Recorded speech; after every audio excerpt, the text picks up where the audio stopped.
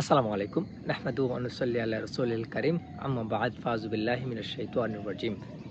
সম্মানিত ভিউয়ার্স, আশা করছি সবাই ভালো আছেন এবং সুস্থ আছেন।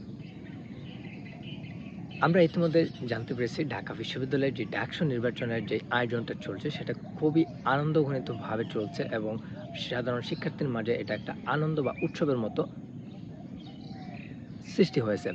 তো সাধারণ শিক্ষার্থীরা এটাকে খুব ভালোভাবেই নিচ্ছে এবং আমরা জানি ঢাকা বিশ্ববিদ্যালয়ে যেই প্যানেলগুলো প্রকাশিত হয়েছে এবং যারা এই ভিপি পদ এবং জেএস পদে দাঁড়িয়েছে তারা সবাই তাদের যে কার্যক্রম এবং প্রচারণা তারা কিন্তু সঠিকভাবে চালাচ্ছে। তারপরেও দেখা যাচ্ছে যে অনেকেই অনেকের আ বিরুদ্ধে বা অনেকের মানে প্রতিবাদমূলক কিছু বক্তব্য তারা প্রকাশ করতেছে এবং আমরা এটাও দেখেছি বিভিন্নভাবে কিছু পিপি প্রার্থী বা কিছু জিএস প্রার্থী তারা কিন্তু বিভিন্নভাবে আলোচনায় আসতেছে। কেউ বিভিন্ন এরকমভাবে পোস্ট করতেছে যে একজন দেখলাম যে সে সিগারেট হাতে নিয়ে জ্বলন্ত আগুনের এক পোস্ট করে সে কিন্তু ইতিমধ্যে আলোচনায় চলে এসেছে।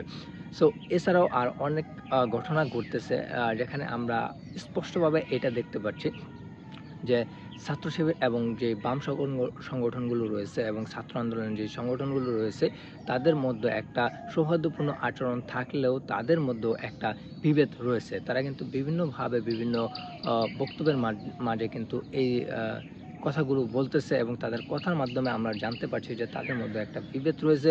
হয়তোবা সেটা প্রচারণার ক্ষেত্রে হতে পারে। তবে আমরা ইতিমধ্যে জানতে পেরেছি যে এই যে ডাকসু যে নির্বাচন এটাকে বানচাল করার জন্য একটা অপচেষ্টা চলতেছে। যেখানে অন্যান্য দলের সংগঠনের কিছু লোক রয়েছে এবং বাম সংগঠনগুলো রয়েছে যারা এটাকে বিভিন্নভাবে বানচাল করার চেষ্টা করতেছে। এখন কথা হচ্ছে বানচালের চেষ্টা কেন? কারণ এখানে দেখা গেছে যে যেই প্যানেলগুলো এখানে প্রকাশিত হয়েছে সেই প্যানেলগুলো থেকে ছাত্র শিবিরের প্যানেলটাই হচ্ছে সবচেয়ে সেরা এবং এখানে ছাত্র শিবিরের যে কার্যক্রম যে তাদের যেই প্রচারণা এর মাধ্যমে বোঝা যাচ্ছে যে সাধারণ শিক্ষার্থীর মধ্যে ছাত্র শিবিরকে পাওয়াটা বা ছাত্র শিবিরের পক্ষে থাকাটা, তাদেরকে ভোট দেওয়াটা এবং তাদের পক্ষে আ কথা বলাটা আসলে অন্যান্য সংগঠনের কাছে একটু আ মানে কি বলবো? খারাপ দৃষ্টিতে তারা দেখতেছে।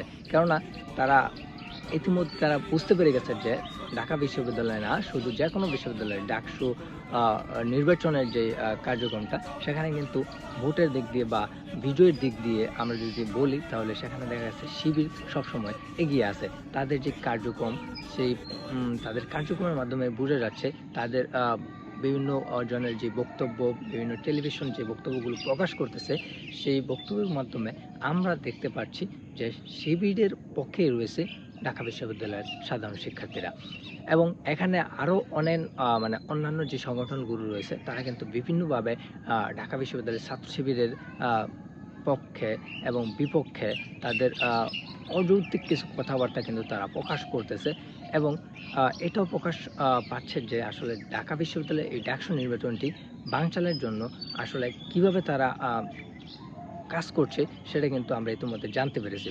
যেমন কিছুদিন আগে ঢাকা বিশ্ববিদ্যালয়ে বাইরে বা ক্যাম্পাসের মধ্যে ঢাকা শিবিরের যে প্যানেলের যেই আ পোস্টারগুলো রয়েছে সেই পোস্টারগুলোতে আমরা দেখেছি যে তারা কিন্তু বিভিন্নভাবে বিভিন্ন আকৃতির মাধ্যমে কিন্তু পোস্টারগুলোকে তারা কলমের কালি দিয়ে হোক বা মার্কার দিয়ে হোক সেটা কিন্তু তারা নষ্ট করে দিয়েছে এবং সেই যে প্রকাশটা এখানে আমরা দেখতে পাচ্ছি যে তাদের যে আকৃতি তারা দিয়েছে এই আকৃতির মাধ্যমে বোঝা যাচ্ছে তারা ঢাকা ছাত্র শিবিরের মানে তাদেরকে এমনভাবে ভয় পাচ্ছে একটা ভয়ঙ্কর রূপ তারা এখানে দেখিয়েছে এবং এর মাধ্যমে বোঝা যাচ্ছে যে তারা আসলে চায় না যে আসলে ডাকসু নির্বাচনে ছাত্র শিবির বিজয়ী হোক এবং বিজয়ী হয়ে তারা ঢাকা ক্যাম্পাসটাকে তাদের মতো করে গড়ে তুলুক।